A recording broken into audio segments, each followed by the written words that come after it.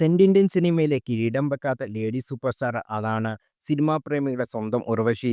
40 വർഷത്തോളമായി വിവിധ ഭാഷകളായി വ്യത്യസ്തമായ കഥാപാത്രങ്ങൾ ചെയ്ത് ഇന്നും വിസ്മയിപ്പിക്കുന്ന താരം. ജയറാമിന്റെ വാക്കുകൾ കടമെടുത്താൽ അഭിനയത്തിന്റെ കാര്യത്തിൽ വേറൊരു ജന്മം തന്നെയാണ് ഉർവശി.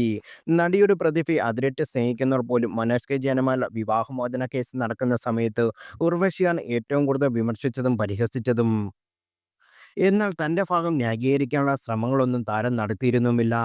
എല്ലാ കാലത്തും മക്കളുടെ സമാധാനവും സന്തോഷവും മാത്രമാണ് ആഗ്രഹിച്ചത്. അടുത്തിടെ മകൾ കുഞ്ഞാറ്റയുടെ ആദ്യ സിനിമ പ്രഖ്യാപനത്തിനായി വിളിച്ച വാർത്താസമ്മേളനത്തിൽ ഉർവശിയെക്കുറിച്ച് സംസാരിക്കവേ മനോജ് കെ ജയൻ വിതുമ്പിക്കരഞ്ഞത് വൈറലായിരുന്നു.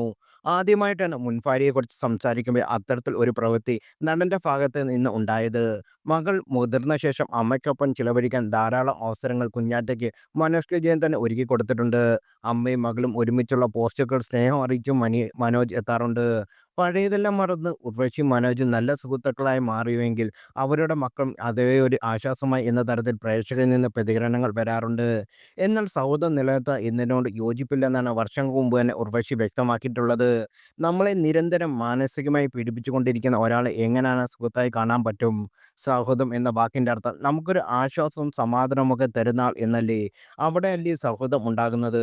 നമ്മളെ നിരന്തരമായി മാനസികമായി പീഡിപ്പിച്ചുകൊണ്ടിരിക്കുന്ന ഒരാളുമായി എങ്ങനെ സൗഹൃദം ഉണ്ടാക്കാൻ പറ്റും? എൻ്റെ ഭാഗം ന്യായീകരിക്കാൻ സംസാരിക്കാനല്ല ഞാൻ ശ്രമിക്കാത്തത്. എൻ്റെ കുഞ്ഞിൻ്റെ കാര്യം മാത്രമേ ഞാൻ സംസാരിക്കാനുള്ളൂ. അതിനെ വേദനിപ്പിക്കരുത്. അതിൻ്റെ ഭാവിയെക്കുറിച്ച് ചിന്തിക്കണം. അതിനെ മാത്രമേ ഞാൻ ചിന്തിച്ചിട്ടുള്ളൂ. അല്ലാതെ എൻ്റെ ഭാഗത്തു നിന്ന് എല്ലാ നല്ല കാര്യങ്ങളാണ് സംഭവിച്ചത് എന്ന് പറയാനോ മറ്റൊരാളെ കുറ്റപ്പെടുത്താനോ താല്പര്യമില്ല. വേറൊരു സ്ത്രീയുടെ ഭർത്താവാണ് ഇന്ന്. അതുകൊണ്ട് തന്നെ ഞാൻ സംസാരിക്കാനും പാടില്ല. സംസാരിക്കുന്നത് മാന്യമാര്യമല്ല. സൗഹൃദം എന്ന വാക്കിന് വലിയ അർത്ഥമുണ്ട്.